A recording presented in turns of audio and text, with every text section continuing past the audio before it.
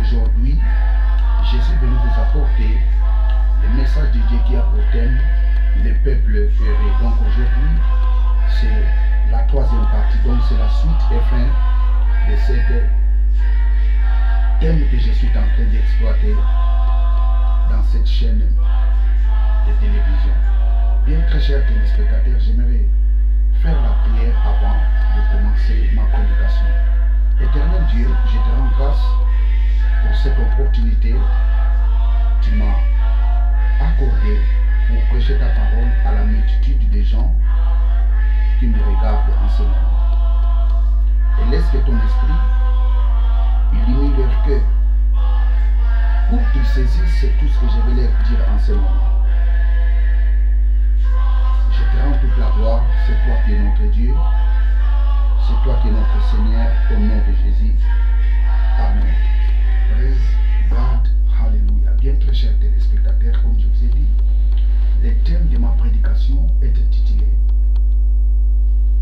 Le peuple erré. Donc aujourd'hui c'est la suite et fin de cette prédication. Donc nous allons lire dans Psaume 33, verset 12. Psaume 33, verset 12. Errait la nation dont l'Éternel est le Dieu. Errait le peuple qu'il choisit pour son héritage. Dans ces passages que je viens de lire, nous avons deux parties. Nous avons la partie A et la partie B. Donc, je lirai la partie A, ensuite la partie B. Je recommence. Errait la nation dont l'Éternel est le Dieu. Ça, c'est la partie A. Maintenant, la partie B. Errait le peuple qu'il choisit pour son héritage. Alors, je commencerai par la partie A. Praise God. Alléluia. Donc, que nous dit la partie A?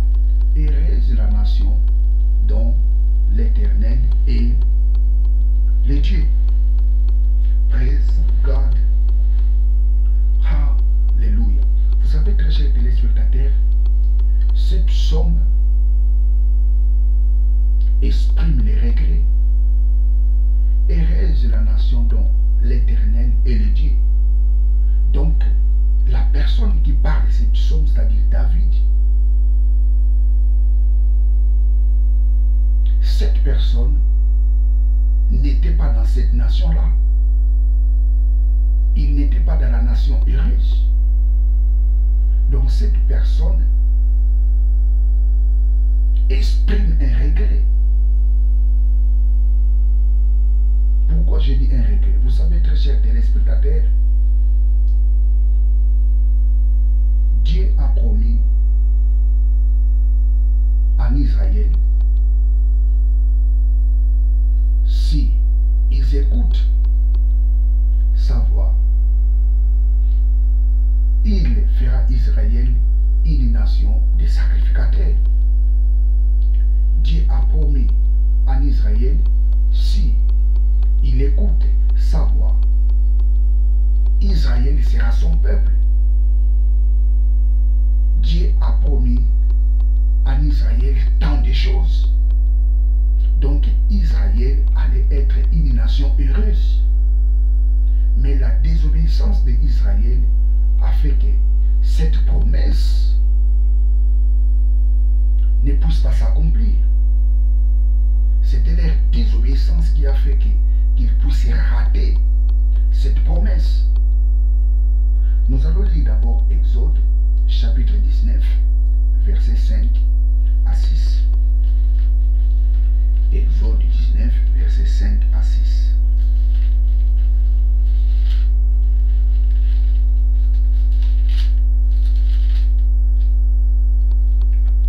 Maintenant, si vous écoutez ma voix et si vous gardez mon alliance, vous m'appartiendrez entre tous les peuples, car toute la terre est à moi. Verset 6. Vous serez pour moi un royaume de sacrificateurs, une nation sainte. Voilà les paroles que tu diras aux enfants d'Israël. Tout ça, ce sont des promesses que Dieu a faites aux enfants d'Israël. Si vous écoutez ma voix, vous serez mon peuple et vous m'appartiendrez. Vous serez ma nation. Et Israël a désobéi à la voix de Dieu. Nous allons lire un passage, Isaïe, chapitre 1er. Isaïe, chapitre 1er. Praise God, hallelujah. Isaïe, chapitre 1er.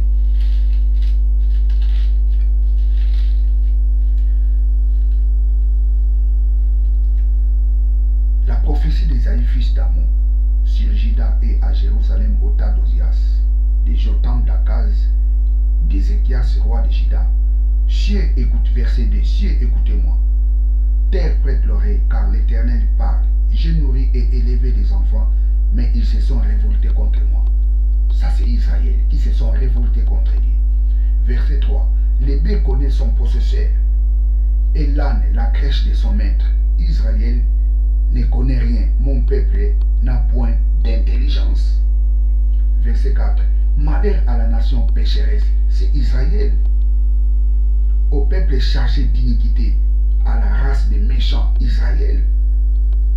Aux enfants corrompus, ils ont abandonné l'Éternel. Ils ont méprisé les saints d'Israël. Ils se sont retirés en arrière. Israël a abandonné Dieu. Et ils ont raté ses promesses.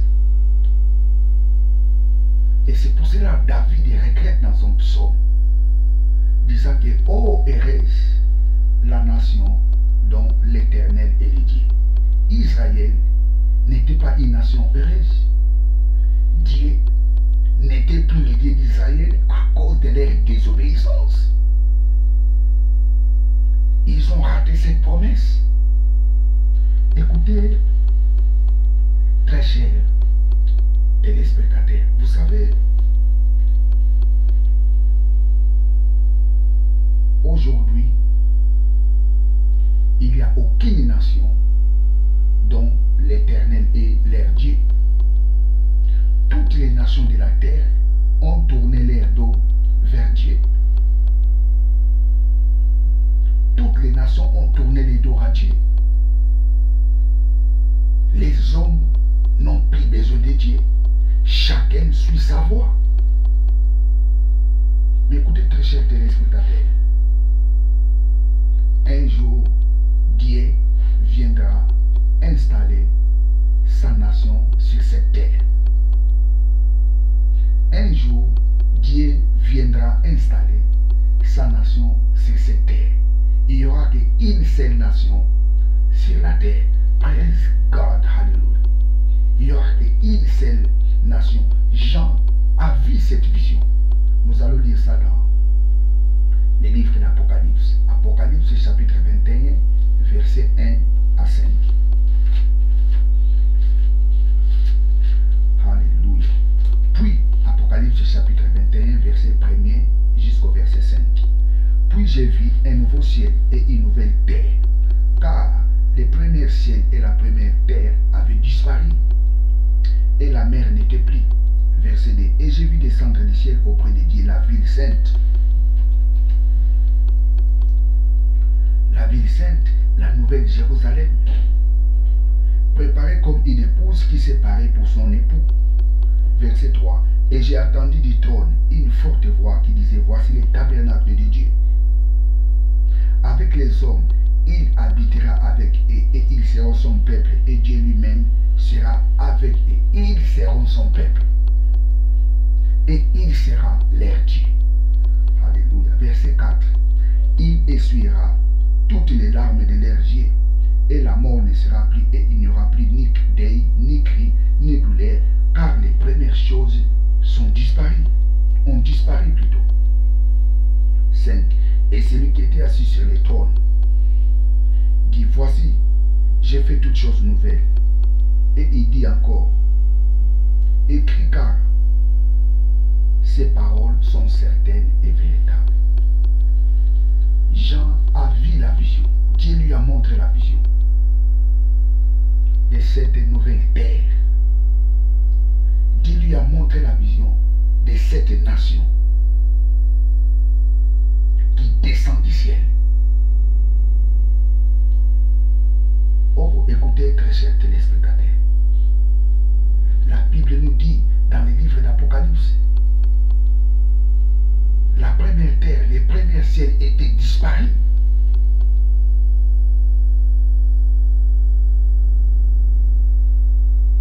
Tout était disparu. Et Jean a vu un nouveau ciel et une nouvelle terre qui descendait du ciel. Et Jean a vu une cité qui descendait du ciel. C'est la nouvelle Jérusalem.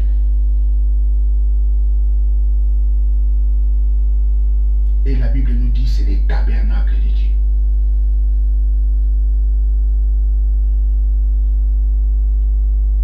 La nouvelle Jérusalem.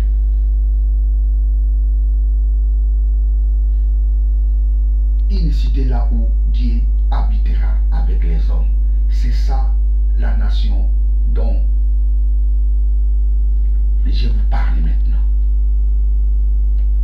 C'est cette unique nation qui sera sur la terre. C'est cette unique nation qui sera installée sur la terre. Et cette nation sera installée après le millénium. Après le millénium, il n'y aura qu'une seule nation. Et dans cette nation-là, il n'y aura ni la guerre, ni le terrorisme, ni le racisme, ni la discrimination, ni le népotisme. Il n'y aura pas de tribalisme. Il n'y aura pas de querelles religieuses.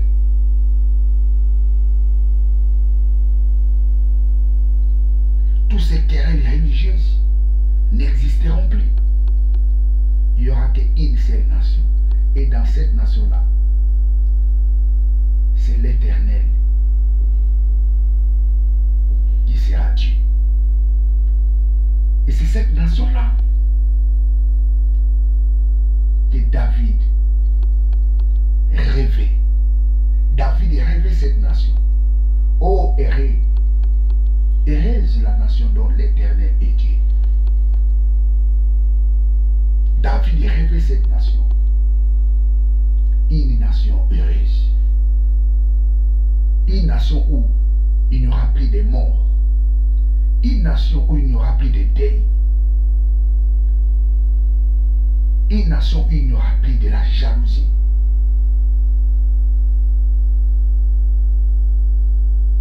Alléluia.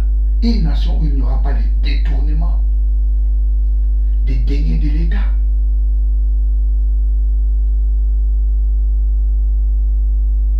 C'est ça la nation heureuse. David rêvait cette nation. Heureuse la nation dont l'Éternel est leur Dieu. Et cet rêve s'accomplira après le millénium. Ce psaume de David s'accomplira après le millénium. Vous savez, très chers téléspectateurs,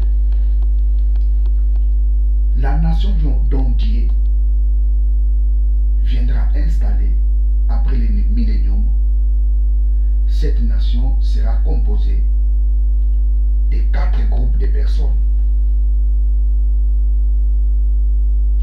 Je répète, la nation dont Dieu viendra installer après le millénium, cette nation sera composée de 4 peuples. Le premier peuple, c'est tous les saints de l'Ancien Testament. La Bible nous dit dans le livre de Matthieu, lorsque Jésus était ressuscité, il était ressuscité ensemble avec plusieurs saints. Plusieurs saints étaient ressuscités avec lui.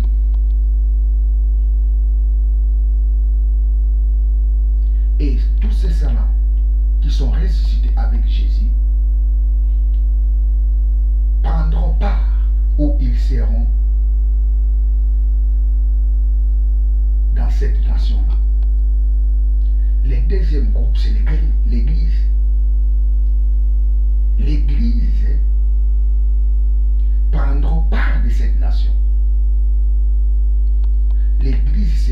l'ensemble de tous les chrétiens.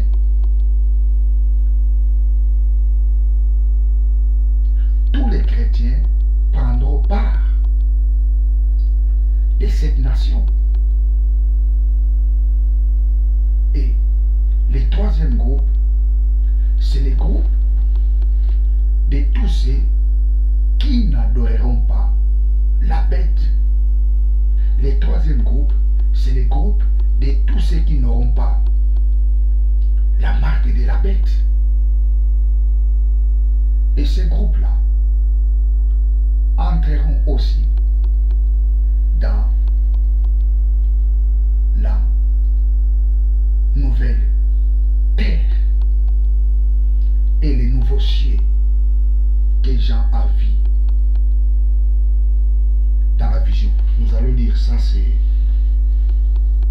Praise God, Hallelujah.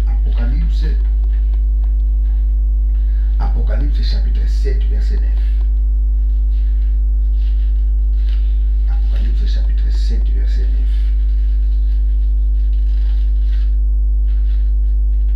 Après cela, j'ai regardé et voici, il y avait une grande foule de personnes. Une grande foule que personne ne pouvait compter.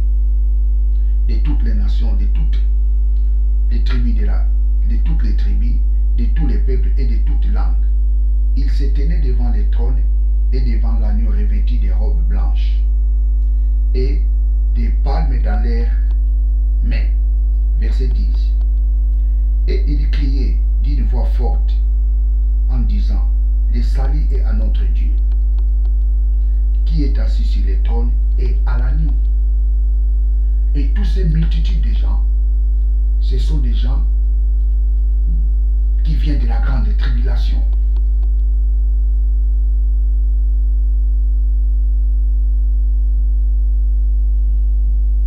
Cette multitude de gens, ce sont des gens qui ont refusé d'adorer la bête. Ce sont des gens qui ont refusé la marque de la bête. Et tous ces gens aussi prendront part de cette nation. Et le quatrième groupe, c'est le groupe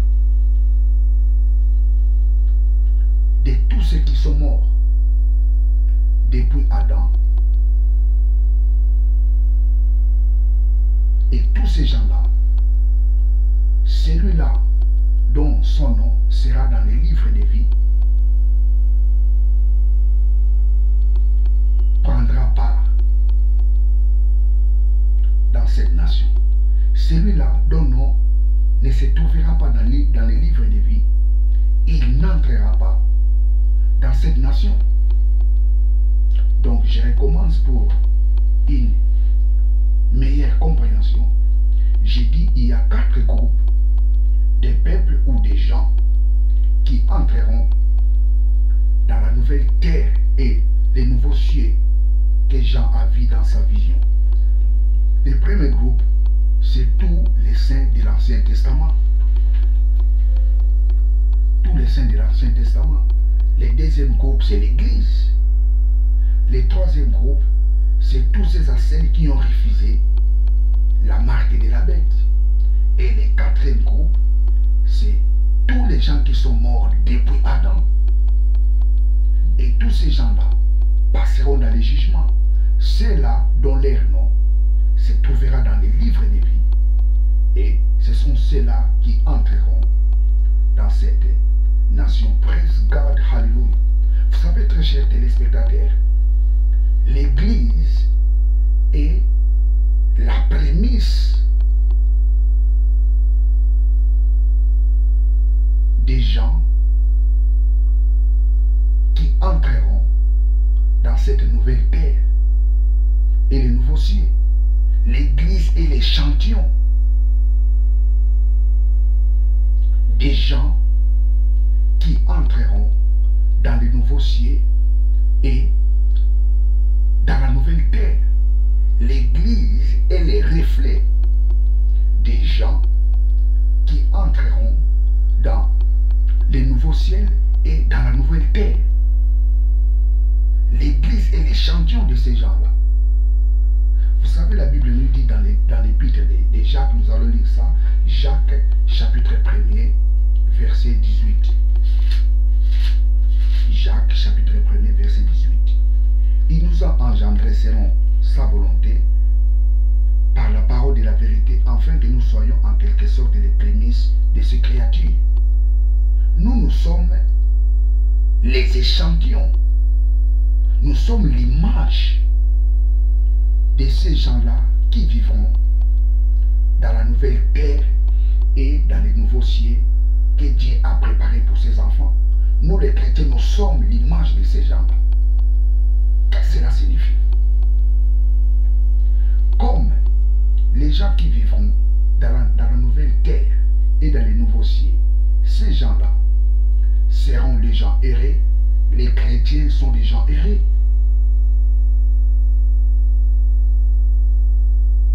La Bible nous dit qu'il n'y aura plus de malades dans cette nation.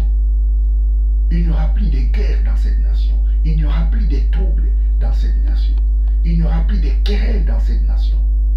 Les chrétiens sont des gens qui doivent expérimenter ces choses avant d'y entrer. Les chrétiens expérimentent ces choses-là avant l'accomplissement de cette vision. Nous sommes la prémisse de Dieu. Nous sommes la prémisse des gens qui entreront dans la nouvelle terre et dans les nouveaux cieux que Dieu a prévus pour ses enfants. Donc ça signifie quand les gens voient les chrétiens, ils voient la façon dont les gens vivront dans la nouvelle terre et dans les nouveaux cieux. Écoutez, très chers téléspectateurs, la Bible nous dit qu'il n'y aura pas de malades dans la nouvelle terre et dans les nouveaux cieux. Toi, tu es en Christ, tu ne seras pas malade. Toi, tu es en Christ, tu ne peux pas vivre des choses contraires. Qu'est-ce que Dieu a dit pour toi? Nous sommes les prémices, je dirais, nous sommes cette prémisse. Nous sommes les échantillons des gens qui vivront dans la nouvelle terre et dans les nouveaux cieux que Dieu a préparés pour ses enfants. Vous savez, très chers téléspectateurs, on reconnaît la qualité de la chose quand on voit son échantillon. C'est l'échantillon qui détermine la qualité de la chose. Quand on regarde, ou lorsqu'on regarde l'échantillon, on est convaincu que les matériels qui sont dedans sont bons. Parce que l'échantillon les démontre. Nous sommes cet échantillon-là. Nous représentons. L'Église représente. L'Église montre comment est-ce que sera la nouvelle terre que Dieu a préparée pour ses enfants. Écoutez, que personne ne te dise que Dieu est venu accompagner les gens sur la terre. Que personne ne te dise que rien ne peut marcher dans ta vie. Que personne ne te dise qu'il est normal que tu tombes malade. Tu dois refuser ces choses. Pourquoi? Parce que tu es les reflets, tu représentes les gens qui vivront dans la nouvelle terre et les nouveaux cieux que Dieu a préparés pour ses enfants. Nous sommes les représentants de ces gens-là. Nous sommes les avant-goûts de ces choses. Praise God, hallelujah, praise God, hallelujah.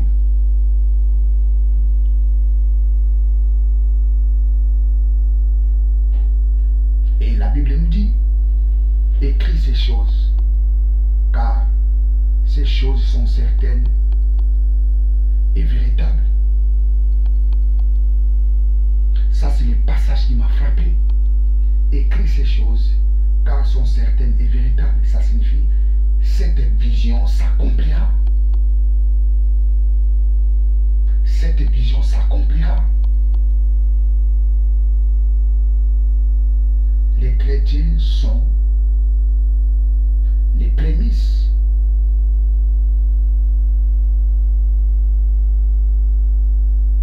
des gens qui vivront dans la nouvelle terre et les nouveaux cieux que Dieu a préparés pour ses enfants. Nous sommes la prémisse de ces créatures.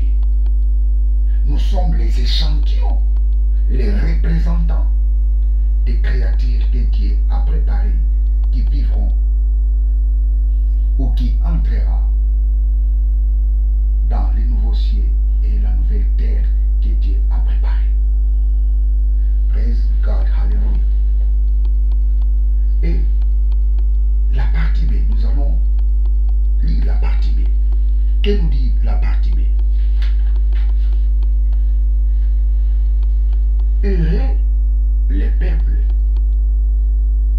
qu'il choisit pour son héritage. Psaume 33, verset 12. La partie B. Heureux le peuple qu'il choisit pour son héritage.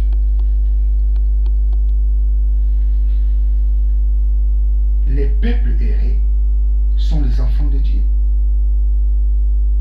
Tous les enfants de Dieu sont des peuples heureux. Pourquoi ils sont un peuple heureux? Parce que Dieu les a choisis pour son héritage. Quel est l'héritage de Dieu? L'héritage de Dieu, c'est tout ce qu'il a créé. Un héritage, c'est un patrimoine. Tout ce que Dieu a créé, c'est son patrimoine. Les ciels, c'est le patrimoine de Dieu. La terre, c'est le patrimoine de Dieu. Les eaux, les fleuves, les océans, les mers, les lacs, la forêt, tout ce que Dieu a créé est son patrimoine.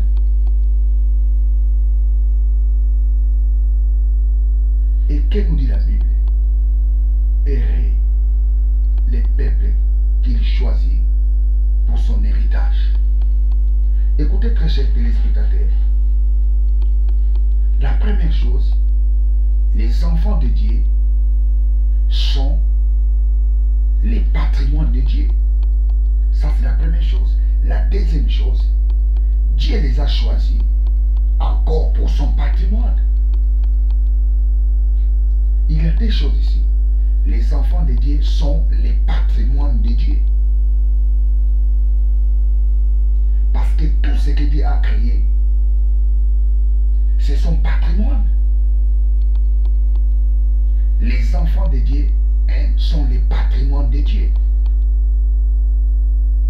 Pourquoi ils sont les patrimoines de Dieu? Écoutez, la Bible nous dit, notre corps est le temple du Saint-Esprit.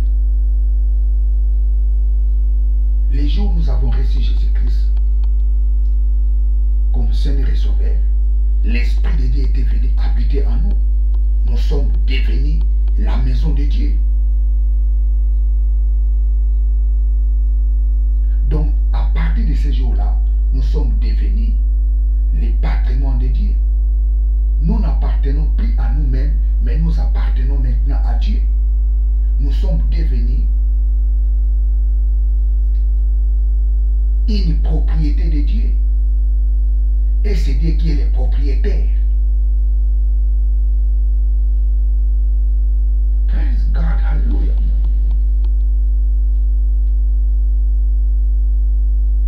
Ça, c'est la première chose. Nous sommes les patrimoines de Dieu.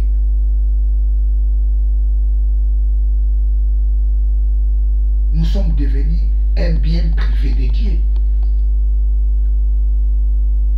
Les jours où nous avons été baptisés du Saint-Esprit, nous sommes devenus une maison de Dieu. Nous sommes devenus la maison de Dieu. Nous sommes devenus un patrimoine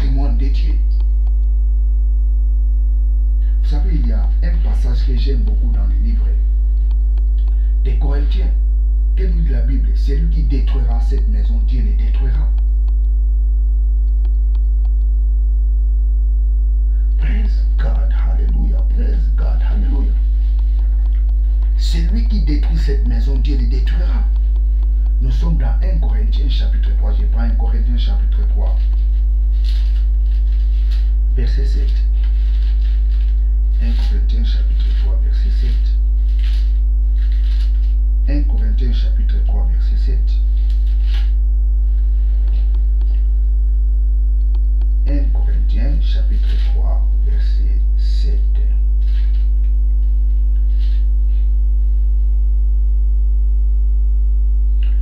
En sorte que ce n'est pas celui qui plante qui est quelque chose, ni celui qui arrose, mais c'est Dieu qui fait croître.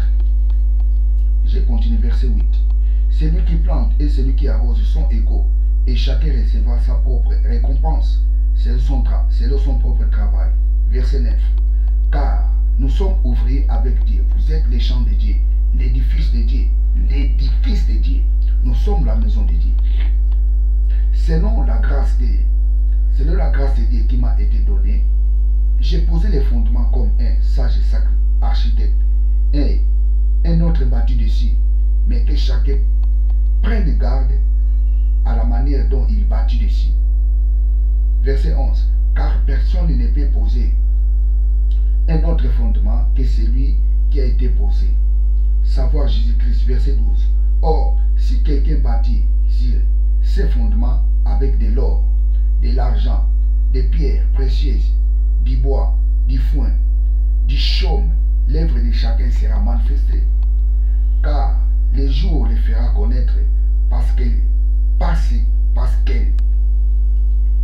se révélera dans les faits, et les faits éprouvera ce qui est l'œuvre de chacun. Verset 14. Si l'œuvre bâtie par quelqu'un sur les fondements subsiste, il recevra une récompense. Verset 15. Si l'œuvre de quelqu'un est consumée, il perdra sa récompense. Pour lui, il sera sauvé, mais comme au travers du feu. Verset 16. Verset 16. Ne savez-vous pas que vous êtes le temple de Dieu et que l'Esprit de Dieu habite en vous? Si quelqu'un détruit le temple de Dieu, Dieu le détruira, car le temple de Dieu est saint. Et c'est ce que vous êtes. C'est ce que vous êtes. Écoutez, très chers téléspectateurs, vous savez, ce passage, des fois, je ne sais pas si les gens comprennent très bien le contexte de ce passage. En commençant à partir du verset 6. 1 Corinthiens chapitre 3, en commençant du verset 6, vous descendez jusqu'au verset 17. Vous savez, la Bible nous dit, nous sommes une maison de Dieu. Celui qui détruira cette maison, Dieu aussi le détruira. Comment est-ce qu'on détruit la maison de Dieu? Et si vous lisez les contextes de ce passage, l'apôtre Paul nous parle de l'enseignement. Quand quelqu'un prêche très mal la parole de Dieu, il détruit les temples de Dieu. Si cet temple est reconstruit par la parole, cet même temple peut être détruit par la parole. Tous ceux qui enseignent très mal la parole de Dieu, tous ces gens-là détruisent les temples de Dieu. Et la Bible nous dit, Dieu détruira ces gens. Tous ceux qui enseignent très mal la parole de Dieu, Dieu les détruira. C'est ça le contexte de ce passage. Praise God, hallelujah. Nous sommes les temples de Dieu. Celui qui détruira ces temples, Dieu les détruira. Quand tu écoutes un faux enseignement, ça signifie cet enseignement te détruit.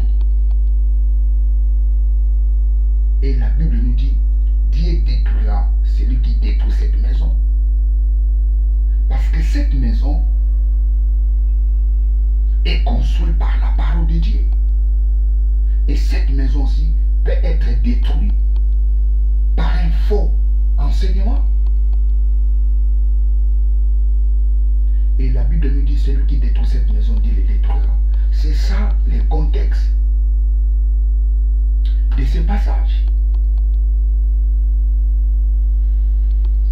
Les enfants de Dieu sont les patrimoines de Dieu.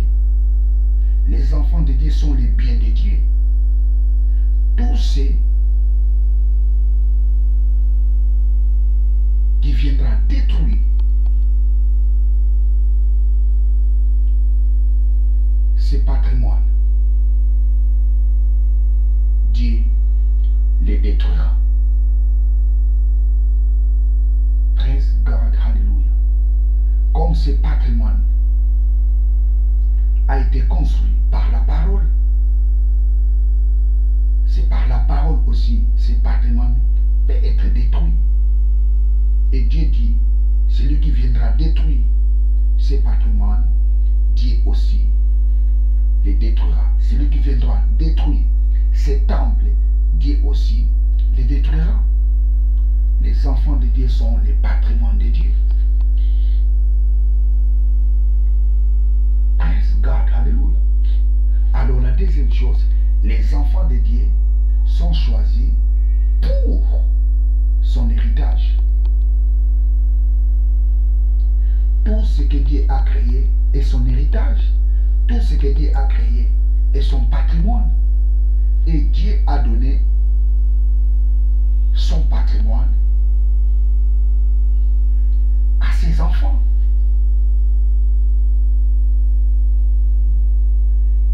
Tout ce que Dieu a créé, il les a donnés à ses enfants. Et la Bible nous dit, errer le peuple qu'il choisit pour son héritage. Vous savez, très chers téléspectateurs, la Bible nous dit dans l'Épître aux Romains, le monde a été promis à Abraham. Dieu a promis le monde à Abraham. Praise God, hallelujah. Le monde a été promis à Abraham. Oh, praise God, hallelujah. Nous allons lire Romains chapitre 8. Romains chapitre 8, versets 16 à 17.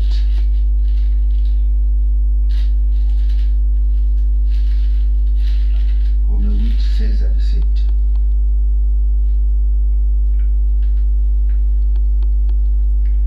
Praise God. Romains 8, 16 à 17.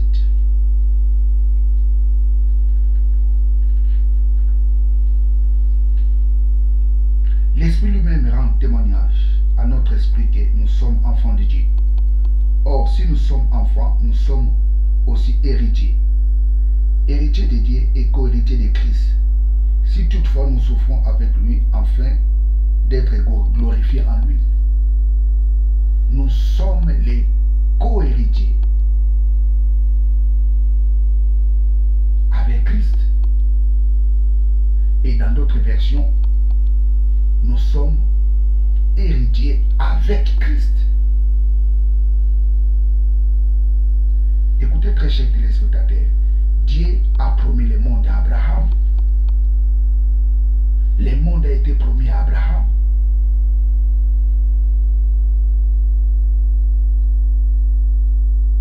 Et la Bible nous dit dans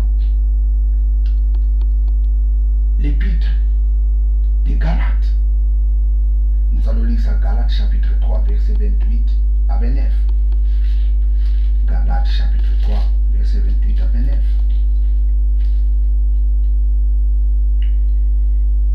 Il n'y a plus ni juif ni grec. Il n'y a plus ni esclave ni libre. Il n'y a plus ni homme ni femme, car tous vous êtes en Christ. Et si vous êtes en Christ, vous êtes de la postérité d'Abraham, selon la promesse. Nous sommes de la postérité d'Abraham, selon la promesse. Et la Bible nous dit, le monde a été promis à Abraham.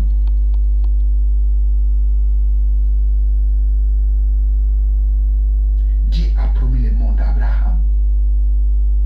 Et nous sommes ses enfants. Le monde nous appartient.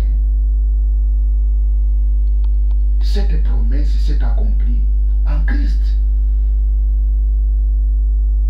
Le monde est un héritage que Dieu a donné à ses enfants. Heureux le peuple dont il choisit pour son héritage. Cet héritage-là, c'est le monde. Le monde est un héritage que Dieu a donné à ses enfants.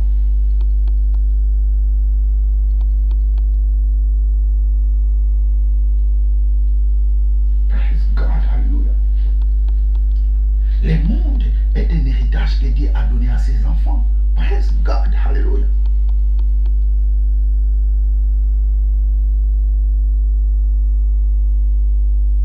Oh là. Le monde est un héritage que Dieu a donné à ses enfants.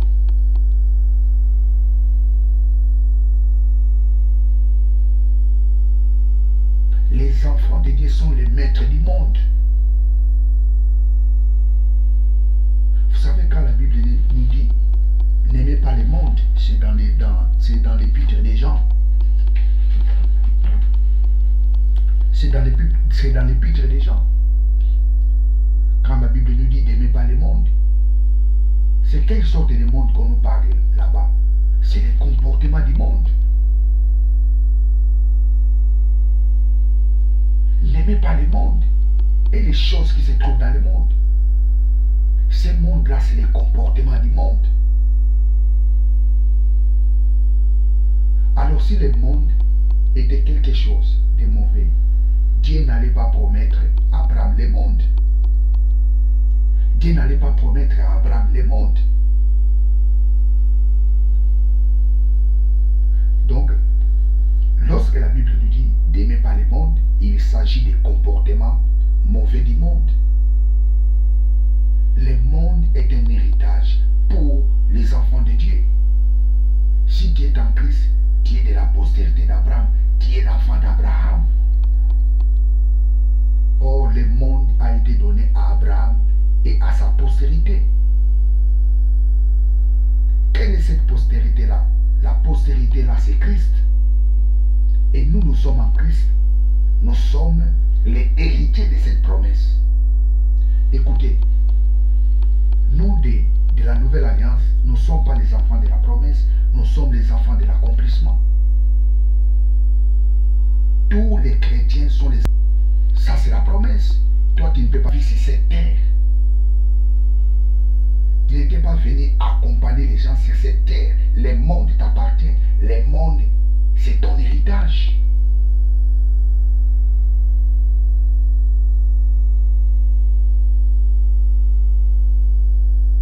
Heureux le peuple qu'il choisit pour son héritage. Le monde est ton héritage. Ce monde est ton héritage. Et quand la Bible dit le monde, en grec le cosmos signifie l'univers. L'univers est ton héritage. Tu es le maître de l'univers. Tu es l'héritier de l'univers. Aucun pays te dira non. Je reprends. Aucun pays te fermera les portes. Aucun pays refusera ton passeport.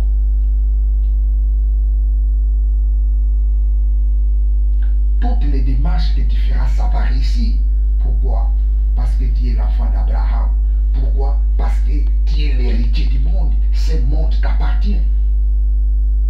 Tu dois comprendre ces choses.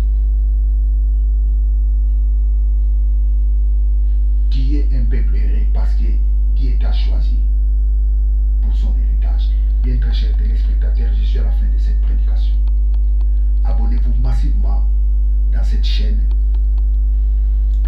de télévision. Abonnez-vous massivement, très chers téléspectateurs. Partagez ces vidéos aux membres de vos familles. puissions atteindre un grand nombre des abonnés. Ne gardez pas ces messages pour toi. Partagez-les